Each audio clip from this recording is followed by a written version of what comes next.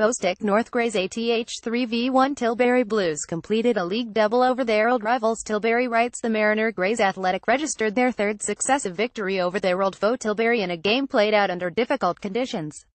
A strong wind blowing down the park made it tricky for both sets of players, who nevertheless provided their fans with plenty of excitement throughout the 90 minutes.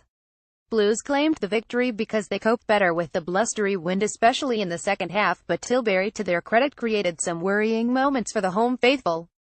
A combination of sharp finishing, dogged defending and some first-class saves from Lamar Johnson saw Blues secure the 3 points which lifts them away from the relegation zone. Jamie Slabber returned to the starting 11. Suli Zadu replaced the suspended Stan Mugo following his red card at Ware last week. Blues kicked off with wind at their back and it took time for them to adapt. Initially they tended to overhit their passes, allowing the Dockers to easily clear any danger. It was Slabber who had the first opportunity of the half. Neat interplay between João Carlos and Barry Cogan saw the latter thread the ball through to the Grays striker. Advancing into the area, he struck the ball but lacked the accuracy to beat Bogard, who blocked with his feet. Tilbury quickly replied. Ex-Blue Emil Aiken found space out wide, powered forward and sent in a low cross, forcing Johnson into a smart save. Vice was next to threaten when he was given too much room and drove into the box, flashing a low drive across Johnson and just wide of the far post. Despite having the advantage of the strong wind, Blues failed to pin the Dockers back, allowing them time to clear the ball away from danger. The early signs were not good when they appeared to fall back into old habits, letting the work rate drop and failing to press the ball. In contrast, Tilbury looked sharper and more hungry for the ball at this stage and were rewarded for their bright start when they opened the scoring in the 13th minute. Using the flanks well, the ball fell to the unmarked Melau, who made no mistake from 20 yards, drilling the ball into the bottom corner past Johnson's despairing dive. The goal at last roused Blues from their slumbers and, adapting to the conditions, started to employ their passing game. Kieran Bishop was the recipient of a fine pass into the visitors' box. Cutting across goal, he shaped to shoot but was denied by a brilliant tackle from Salami. At the other end, Aiken created a shooting opportunity. Despite being closely marked, he turned quickly, moved the ball forward a few yards, but Johnson saved his effort comfortably. Sam Cross was next to try his luck for Blues when he picked up the ball from Richard Halley and tried a pot shot from 30 yards that whistled past the upright. A frantic closing 10 minutes illustrated the fine margins that can change the course of a game. A fleet-footed Tilbury attack resulted in a corner. The kick held up in the strong wind, deceiving the usually competent Johnson, who flapped at the ball. It was half-cleared to Vice, who sent in a header that looked destined for the net, only to be cleared off the line.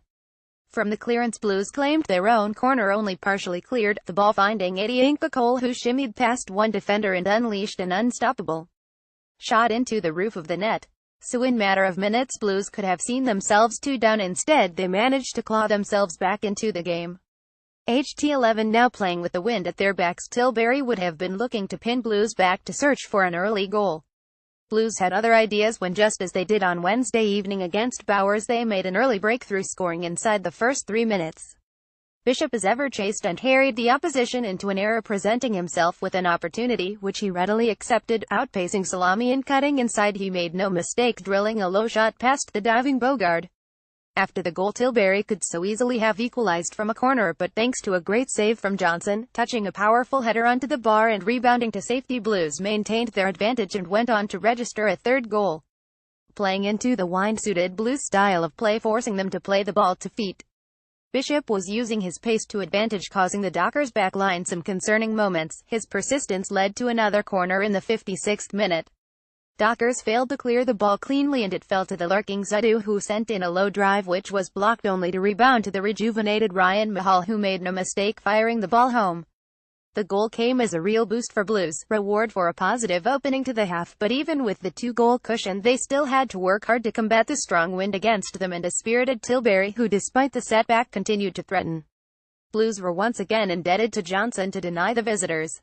Aiken was next to be frustrated when Johnson, at full stretch, pushed away his effort. Vice picked up the loose ball and should have scored, but Johnson forced him to rush his shot, which hit the side netting. Blues quickly replied in the shape of the impressive James Folks, who rampaged forward and sent in a wicked cross which just evaded the onrushing Zadu. Tilbury continued to push forward but were coming up against a resilient Blues defense, who held firm, with some crucial blocks frustrating the visitors. Slabber was replaced by Tim Monchedja, who was instrumental in Blues' best move of the game. Driving forward, he exchanged passes with Folks and sent in a tantalizing cross which once again eluded Zadu, who had stolen in at the far post. The visitors probed for an opening and thought they had given themselves a lifeline when they had the ball in the net, only to be ruled out for offside.